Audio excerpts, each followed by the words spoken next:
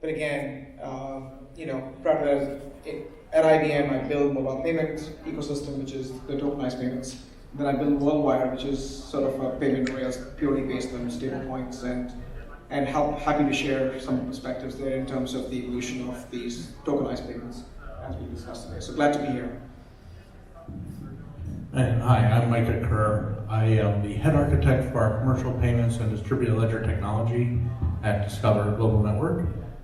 This is a space that I've been in for approximately 7 to 8 years now. Very much enjoyed looking at where it's going and see a lot of potential for future use cases, and already a lot of use cases already taken off as well. So excited to talk about how this technology is continuing to evolve and will begin to play a more everyday role in our lives. Thanks, Nitin and Micah. I thought we will get the baseline definitions out first, starting with tokenization, right? So tokenization is not. Yeah, so one foundation element is you'll find organizations including my own State Street Digital, we're going all digital. Well, payments are digital. They are transmitted, it's instructions. So if you look at the existing payment system, we use the word rails, we use point of sales, we use endpoints, we use payment processors, and all these entire ecosystem is doing is processing information. And the information needs to go through certain transactionality where suddenly you're either moving assets or moving money from point A to point B. So it's largely digital. But if you look at the cost of the digital infrastructure, it's quite humongous.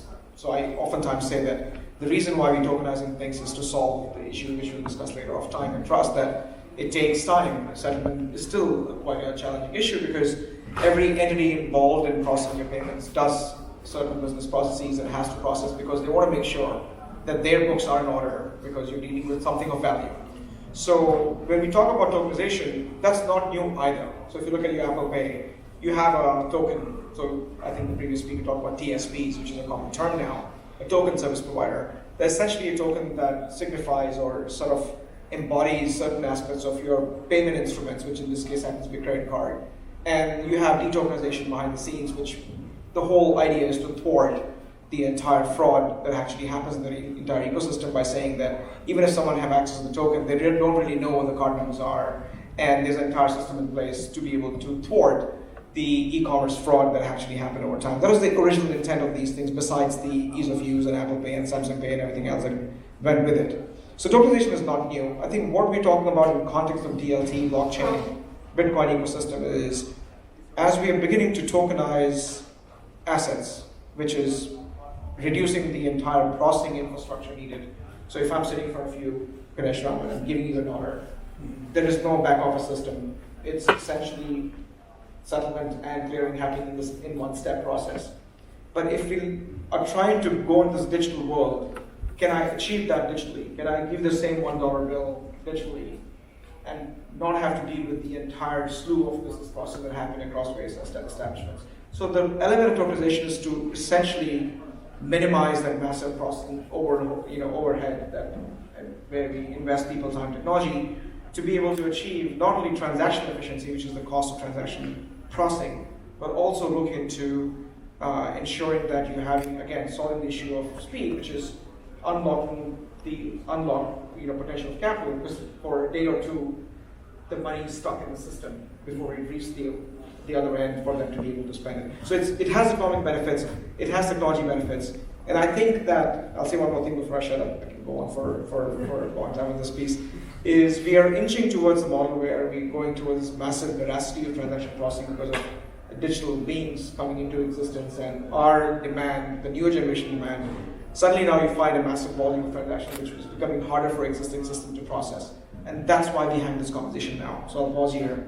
You just set the stage for the next 20 minutes of the conversation. I have to understand what you said there. In this example, you brought up money as the asset. Are there any other assets that are right for tokenization? Yeah, which is also another interesting point that oftentimes money addresses the last mile, just settlement. You're paying for whether you're going security settlement, you're paying for airline ticket. There's always an exchange process that happens. And the world that I live in, which is largely capital markets, we are looking into tokenizing money market funds, looking into ETFs, private markets, private equities, all the asset classes, which is broadly classified into 4 asset classes you have in each asset, it's securities. lending instruments, bond, cash, and alternatives to alts, which encompasses a whole family of products. So at the end of the day, what we're going to do is tokenizing all these different asset classes. And the idea is that I should be able to find liquidity, because there's a lot of assets today that require special markets, that requires some special areas, especially if you have markets. There's no liquidity. If you make an investment, you simply have to wait for the liquidation event for the investment to happen. But if I can tokenize my investment into, let's say, relevance, right? And there's a secondary market for it, I should be able to go to a secondary market exchange and engage in primitives like fractionalization and liquidity, all the things that we talk about, which we discussed in this panel. So I think it's all asset classes.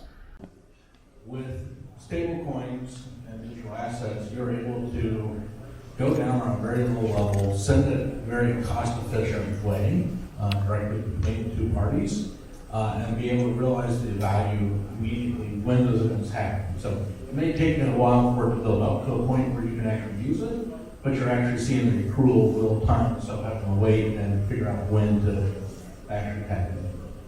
Okay, no, that's a good information about CBDCs, the digitized version, or versus stablecoin.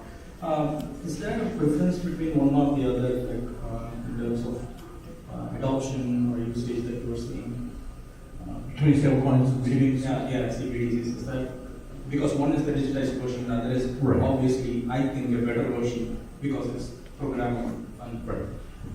Well, both can be programmable. Let's go there. Okay. It depends on the infrastructure that the CBDC is built on. Right now, looking at the ecosystem across the globe, stablecoin is very widely accepted, specifically US-based stablecoins. It's a lot of countries are using it to do trade because they trust the US dollar more so than potentially their own fiat currencies, or their own currencies that are in the country. They know that the stability of the US dollar today. Right? Now, if that were back its difference rate, we can cover that in a different topic at some point. With the CBDC, there's only a couple of countries that have active CBDCs today, but there are a lot of countries that are exploring the concept itself, pilots, etc. So China is a great example where they have a pilot. Now, if you ask them, they claim it's not a CBDC, but it looks and acts like a CBDC, so for all intents and purposes, from my viewpoint, I would treat it that way. But it helps the consumer be able to make payments faster, easier, digitized, right? You can use your phone to go and make a payment. That's an enabled way of doing it. QR codes. You can use a QR code to make a payment to somebody that you owe money to, for example, through that technology, and they receive it instantly. Okay. And then, do you have any comments on the ability to fractionalize digital assets? Do you think that's a key difference? So one thing on this, like for example, and if you two things, fractionalization and liquidity. I think if you look at PayPal, that's the recent announcement.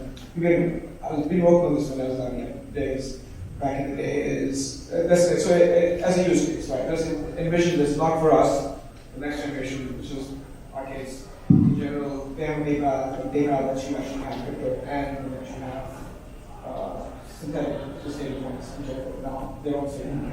Nothing's preventing them, there was a movement where we explored how to synthetic securities. So idea is that you have a single wallet, which the previous speaker talked about, the universal sort of wallets per se, and you're able to aggregate whether it's synthetic securities, bond, all the asset classes, and you choose to pay with either one of them.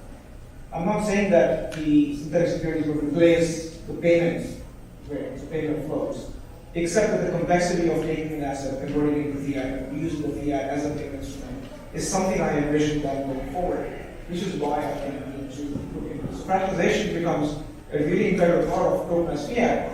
Exactly similar to the example that was given earlier. I'm sitting in front of you, you give me $1.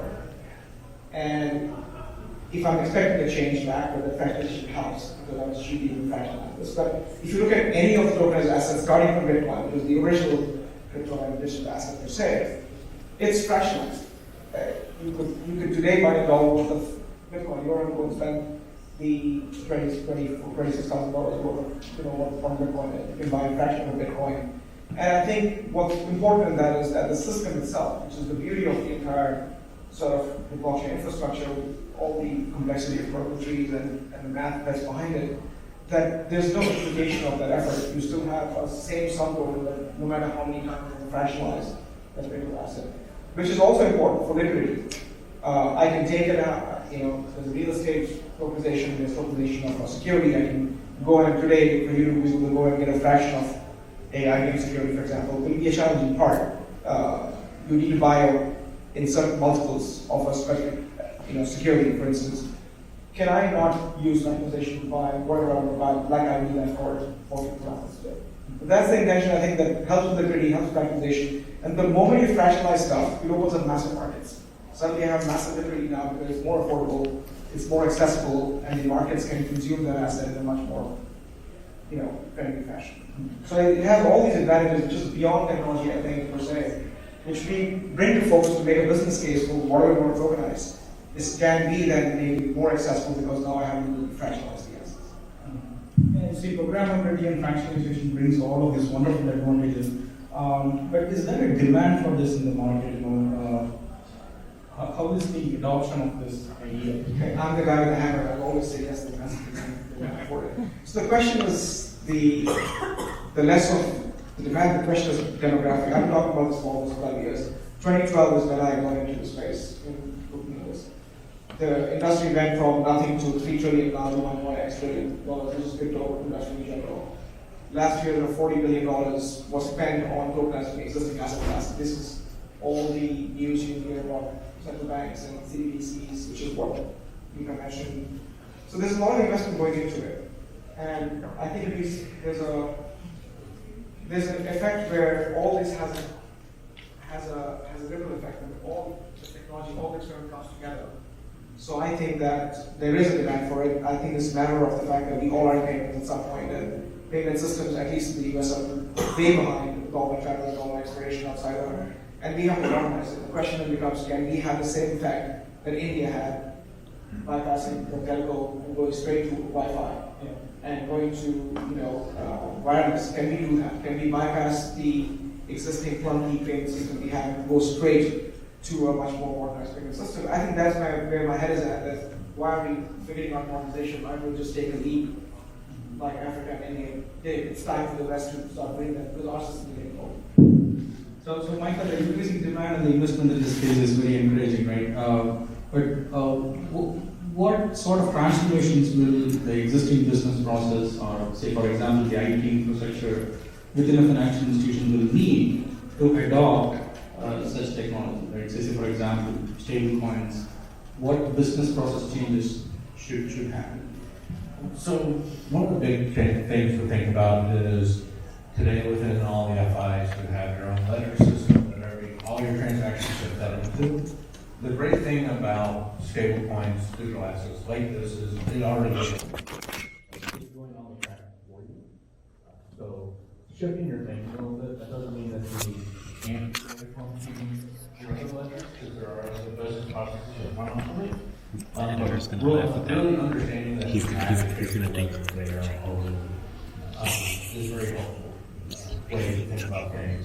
As far as being able to use the digital assets or be useful to others, one thing that FI specifically acquires be thinking about is how they can expose this to their merchants as well and help drive the adoption that way. There are players in that space today. They are very niche players and typically focus on cryptocurrency in general, so a little bit broader, covering Bitcoin and other digital assets. But being able to take, standardize and go, hey, this is a US product, right? A USD-based product. You should be able to accept it, and helping to expand that, to expand usage overall is very helpful, because then the merchants themselves can take that and immediately use it when they receive a payment through a stablecoin, versus today when they run a card transaction, right? While technically they are guaranteed the funds, they're probably not going to receive those funds for a couple of days, right? That's all based on the agreement would be acquired. But with a stable coin, they would be immediately receiving those funds into their accounts to be able to do that immediately. So being able to expand that usage, allowing the merchants access is a great way. I see this nicely ties into the trends of real-time payments and right, so this amazing. And then, in your point of view, what sort of business process changes or infrastructure changes that financial institutions should make to adopt digital assets? So that question alone is the reason why I have gray hair. I should be much younger in this industry per se. So one thing I would say is that for any financial industry, so all the fintechs in the room, all the folks who are serving a bank of some sort, I've been very cognizant of them when I was working for a tech company and I work for a financial institution. It's not just going and saying, take this hammer and we'll change the world with it. There's $471 trillion worth of asset on existing credit globally. On existing business process that I was talking about. The transformation of MP to ISO 2022, the payment standards that are evolving. All these are messaging systems that bind our financial system together. We can't ignore it. So the question then becomes is how do you coexist with tokenized fiat, tokenized payment systems, and messaging payment systems? Because they have few challenges. They have a velocity mismatch. Messaging system may take all the time. It has to be processed by different business units or different financial institutions. As you move money, there's the tokenized payment is almost near real time or instant messaging. So you have velocity mismatch. You have technology mismatch. Right? One is relying on messaging and message processing versus one is relying on cryptographic authentication and actually hacking the system. So this technology mismatch is velocity mismatch, and more importantly, you have to account for these assets. You have this asset accounting system that people forget about. The bank run on. Then they report. How do you account for these tokenized, the stablecoins, MPC, token deposits? There's a whole flurry of payment instruments coming into the picture. Not to mention the fact they have alternative payment systems, which is what Bitcoin is like do. That's two different assets. So I would say these are three challenges that we should understand, and there's enormous amount of business opportunity. If you're a startup or if you're a fintech, we would take any of these swim lanes and explore, because these are the reason why all these experiments have been done, and we have always come out, out of this game, POC game, to say, hey, this works, but it's not been adopted because you have to address these challenges. And I'm just going to add on with some more specific use cases. Right? So one of the things that I do love that my position covers both our commercial payments business as well as the digital assets distributed ledgers. A lot of what we're seeing are companies that are helping improve the payment system overall for example, invoice payments, supply chain products. And today they are using distributed ledger to cover the supply chain part of it, being able to trace that product coming in, the consumption of it, and when the payment should actually be made, and transitioning that over to what we would consider the traditional payment rails today.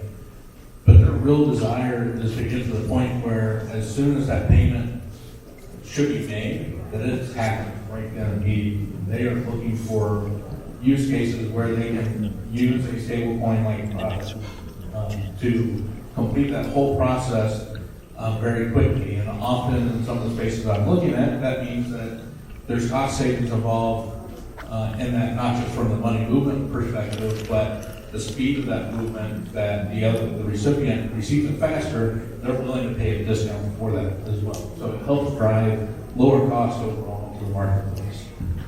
I agree. I explored the use case too. I think it makes a lot of sense. Excellent. So now the elephant in the room, right? So what's the regulatory climate around tokenization or stablecoin? So here in the U.S., ever-changing, though very slowly.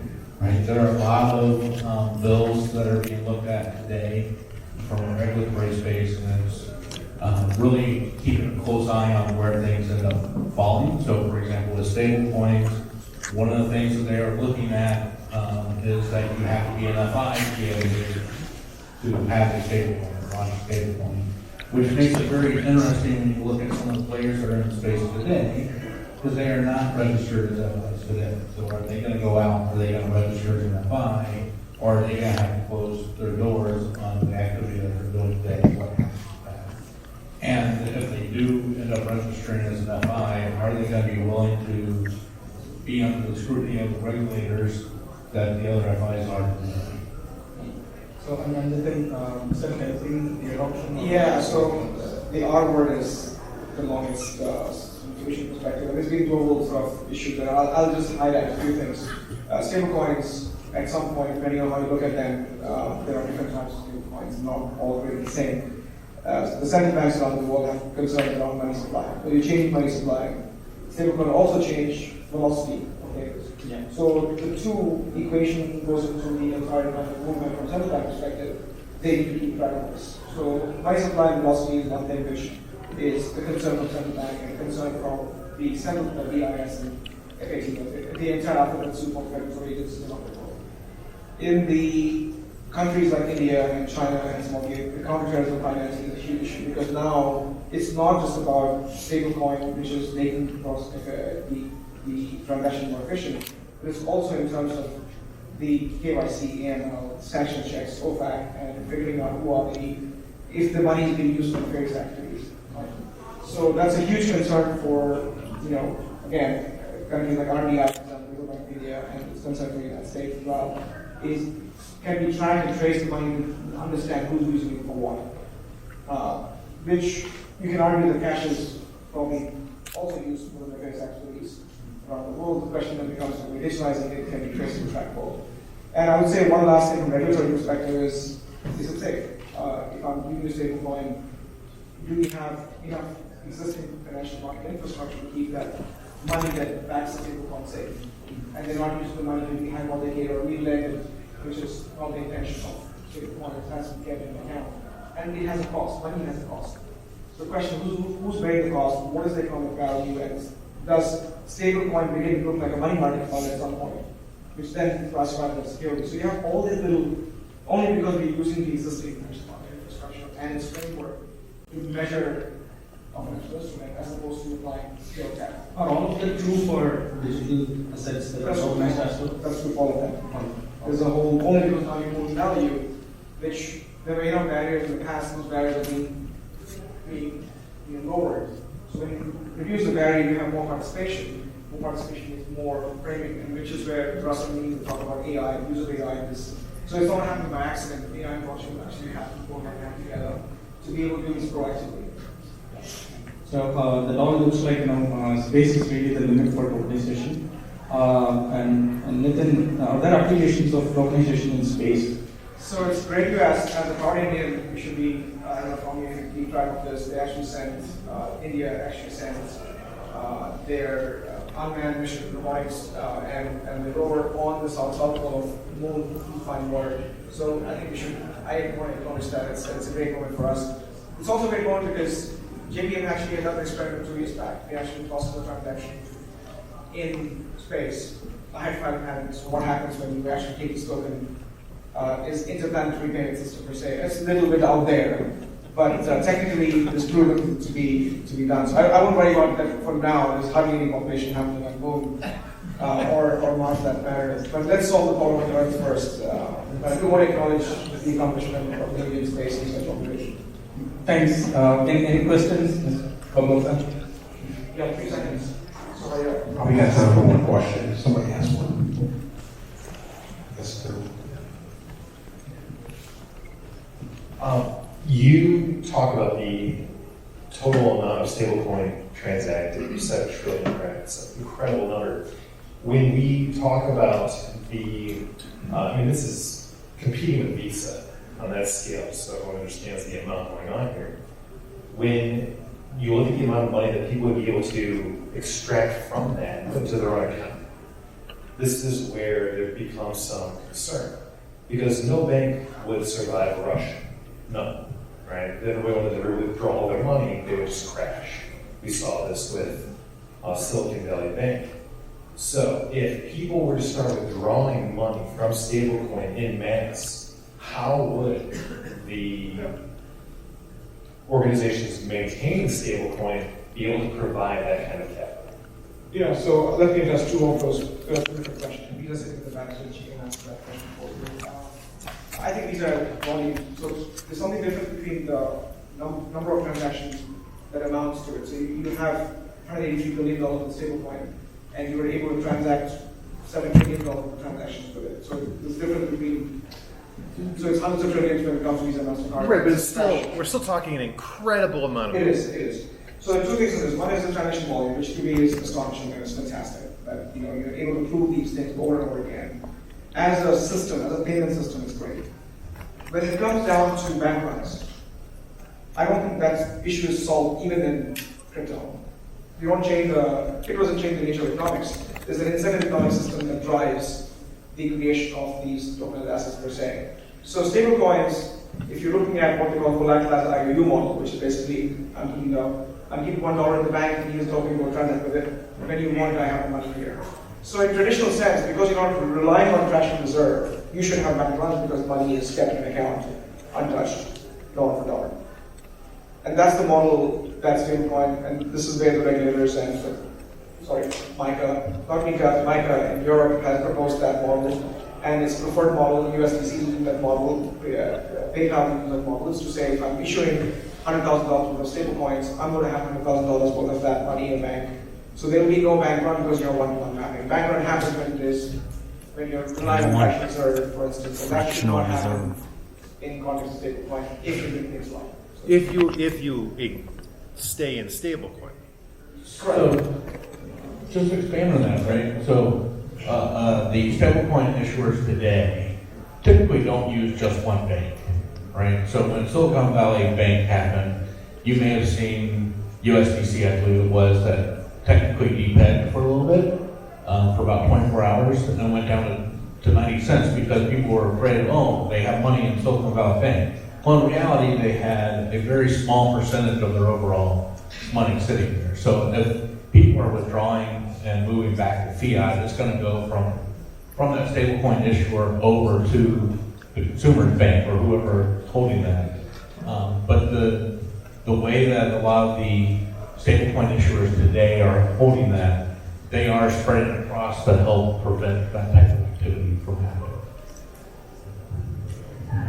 Well, thank you. Thanks for the great insights. Thanks a lot.